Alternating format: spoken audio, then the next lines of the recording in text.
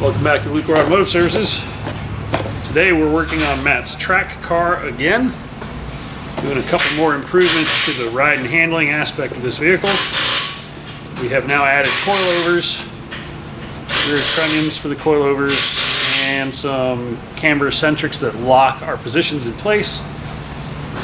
We've already got the coilovers installed. I'm going to move this thing over to the other alignment rack, and we are going to corner balance. Well, we're going to line it, we're going to corner balance it, then we're going to line it again, and then we're going to go for a test drive. Although I probably won't be able to test drive on track tires because it's 20 degrees outside in April. So, happy Easter. Let's get to work.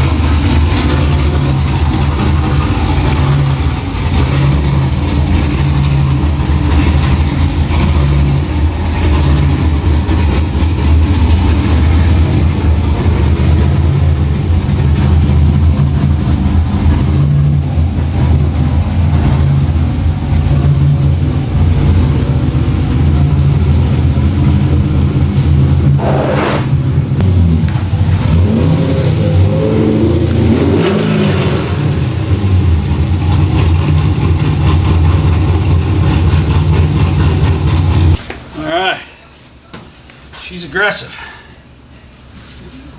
All right, let's set our alignment up, and then we'll reset our alignment up, and then we'll corner balance it and get everything even. That'll be the end of this one. I'll show you these coilovers so that you can see what they do, and we'll see how well we can get this alignment set up. So we're going to set our baseline because everything's all out of whack, and then we'll recompensate the car, and then we'll set it up, and then we'll corner scale it.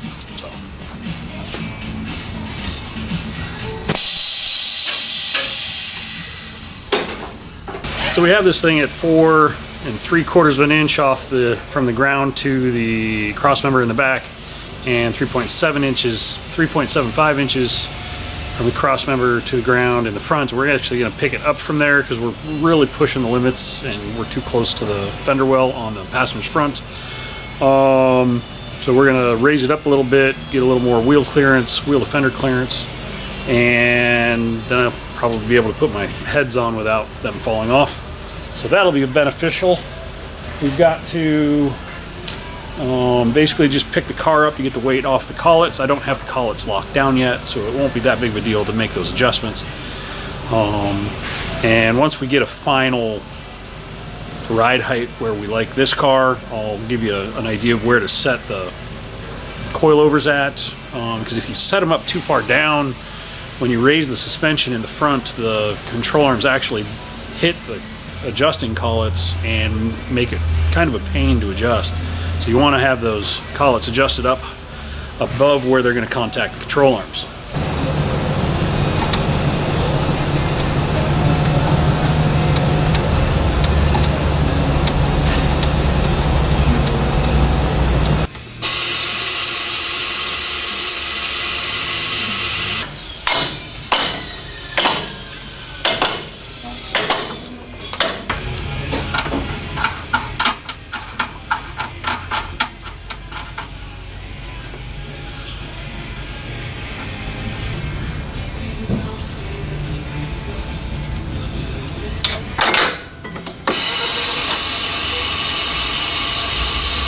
So I raised up the ride height a little bit, made some adjustments to my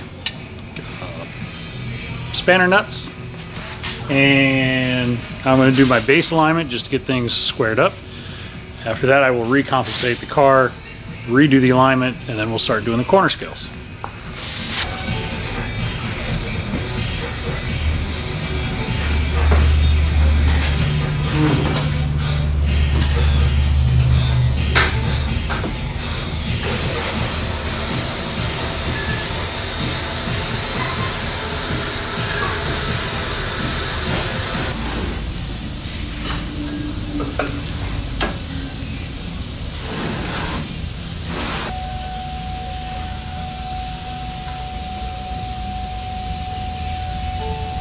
Yeah, it wasn't there, it was up front.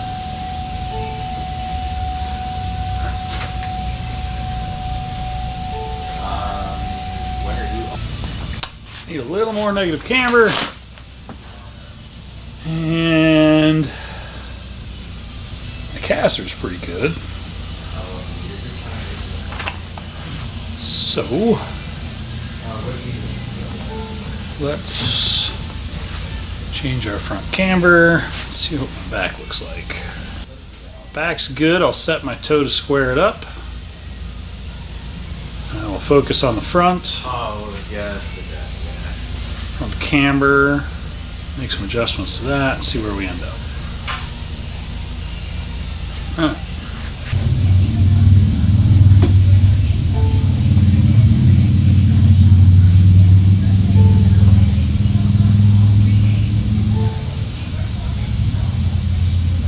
That's really close to our target. Our target is 3.4 degrees. Sorry, 3.2 degrees negative camber on both sides and 8.5 degrees positive caster on both sides. I'm at 8.6 and 8.5 positive degrees caster within 1/10 of a degree. That's pretty solid.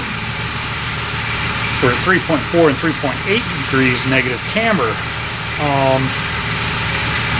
So because we're using these eccentric cam bolt locks, the rest of my adjustments will need to be made with shims on the upper control arms. So I'm going to start on the passenger side because it's the one I have to bring out the most. And I'm going to try, I don't know, a 30-second shim all the way across all four and see where that gets me on my camber, and then we'll go from there. So I finally got my alignment dialed in within 1/10 of a degree on camber and dead on caster, and my toes within a couple hundredths. So now I'm actually going to roll it off plates, set up the corner balance scales, and set this thing down with the scales so that I can get my corner balances perfect, and then I will align it one more time, and then this car will be out of here. So very long process. I've had it on the alignment rack for the better part of the day, just moving camber bolts. He has the camber eccentric lockouts in it, which make it a little more labor intensive to do the alignment, because you have to find your position that works best for that's close to your camber and caster, and then you adjust your upper control arms down to the finite adjustments with shims in between the upper control arm and the body.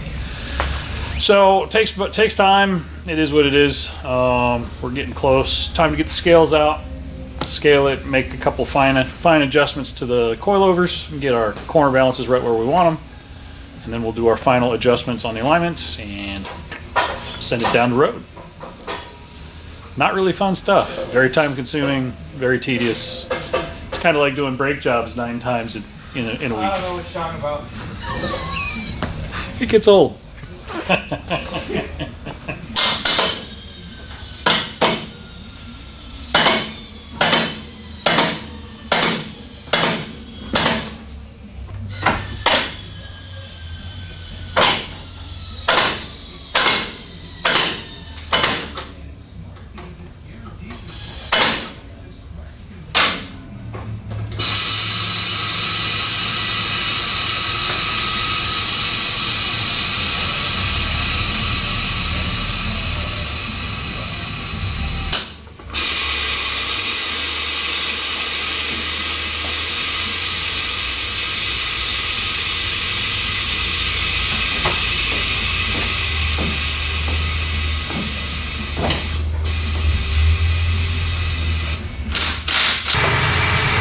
So my corner balance is looking pretty good. Driver's front's 851, passenger's front's 793, driver's rear is 807, 808, and passenger's rear is 796. So I'll put a little more pressure, I'll put a couple more turns into my passenger side to raise the static on that side, and that'll take weight away from this side. I'm going to probably start by adding in the driver's front, see where that gets me, because I want those two to be even, I want those two to be even, and I want them to be as close front to back as I can make them. So I'll start with the driver's front. I'll put, I don't know, quarter or a half turn into it, see how much that gets me, and see where it goes. So now it's just a process of unloading and loading the suspension so I can move my adjusters, make adjustments, finite adjustments to get this all as close as possible. Ideally we want 25% on each corner. Probably won't be too hard to do on this car. Total of 3249 pounds.